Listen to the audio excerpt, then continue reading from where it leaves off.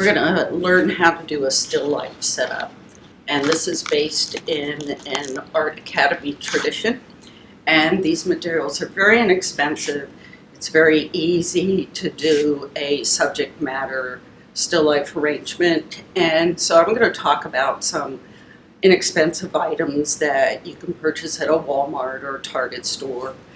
And you can also order these things online, but for less than $10, you can have, for all of your out-of-class assignments, a arrangement of blocks that are easy to draw, are consistent subject matter. The more you draw them repeatedly, the better your drawings will become. And so you don't have to worry about gathering all kinds of differing subject matters. So you can stay with this outside of class for all of your assignments, and it does the job great. So we've got these blocks, and the blocks are 70 pieces. You can buy blocks from a scientific supply or an educational supply company, but they'll sell you 12 to 15 blocks for $20. Here you get 70 different pieces of wooden blocks, and these are children's toys from age 2 to 5. And they cost $8.95 at Walmart, and this is 2016, so for under $10 you've got all the subject matter you will need. We have a table that we're using here in the department. You can use a card table, you can use floor. A lot of people just put things on the floor. You can use a TV tray. You can use your bed. It doesn't matter. You just want a surface that you can arrange these blocks on in a place where you can stand or sit to draw and be comfortable for several hours. Take a break, come back, and nothing is moved around. So we've got a table here. We also have white sheet drop cloth that we're using. So there's a particular kind of arrangement we want to do, and it's called a landscape. So it's an imaginary construction that we use in our head that suggests that this is a land and hills, and when we add things later like mirrors, there'll be rivers and lakes, and the blocks become mountains or rocks or trees or even people. So it's just a suggestive metaphor that we use to help us arrange things. So we're going to create a landscape here that has a little bit of a mountainous terrain, and we're going to hide things underneath, like boxes. You can use shoe boxes, you can use your bed sheet, you can use bathroom towels, just any simple cloth, a single color without pattern. Keep it simple. So this has interesting folds and drapery. We'll put another box over here underneath. Drape and arrange the cloth over top so that it's concealed and hidden and not obvious that it's a clunky old box. Okay, so we've got a pretty good arrangement here. So now we're going to start to place the blocks. And we want a particular careless kind of arrangement with these. We're going to dump these all out on the tabletop. So when I say careless, we want it to look like Mother Nature arranged these blocks. So if we arrange these in a regular kind of organized fashion, they look man-made. They look too arranged.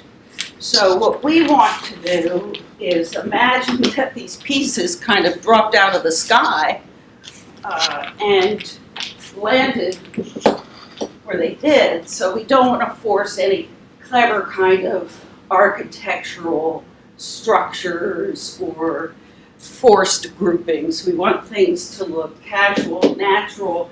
Accidental is another way to think about it. Okay, so just want to kind of drop them around. And we like clusters. We like things that are, connected and overlapping instead of isolated, not touching anything. So this is our arrangement.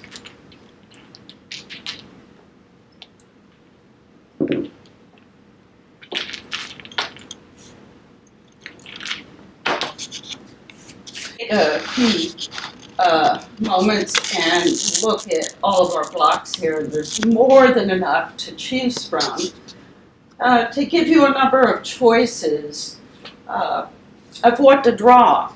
Okay, so what I've got is a viewfinder, and it's a rather large one. It's actually map board for a framed artwork. And I'm framing and isolating just particular compositions. So I'm not choosing to draw the whole thing. That's really an enormous amount of information. What you want to do is pick and choose a smaller arrangement. Okay, so I'm just isolating and showing horizontals and verticals so that when you set up to do your drawing, you can even come in and lay a larger piece of map board right on top of your subject matter. And there's all kinds of wrinkles and shadows, and I can throw more blocks in there if I want and create a lot of overlap. I can even cluster accidentally more and more of the arrangement into my window. So that's a very effective tool, a larger viewfinder. So I've got a great composition there, which I can use an alternative way of viewing this through my viewfinder like this. But I think for you all to understand how the visualization through the viewfinder works is easier. First of all, I can use both eyes to see and draw. It's a lot more comfortable, and with this particular viewfinder, I would have to shut one eye in order to see things clearly. If I look with two eyes, I have double vision. So it's your choice. Both work very well. It's just a little bit different way of visualizing what you see through the window. The rectangle of your drawing paper is represented through the window. So it's your choice which to use. I have my drawing board set up here with these are called bulldog clips. It doesn't matter what kind of clip you get, but this is so at a certain point I'll pick my drawing board up and I'll move it to a place where I can look at my drawing.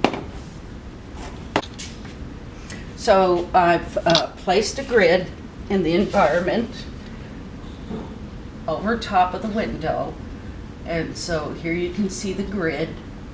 Okay, that's to show you that it's there.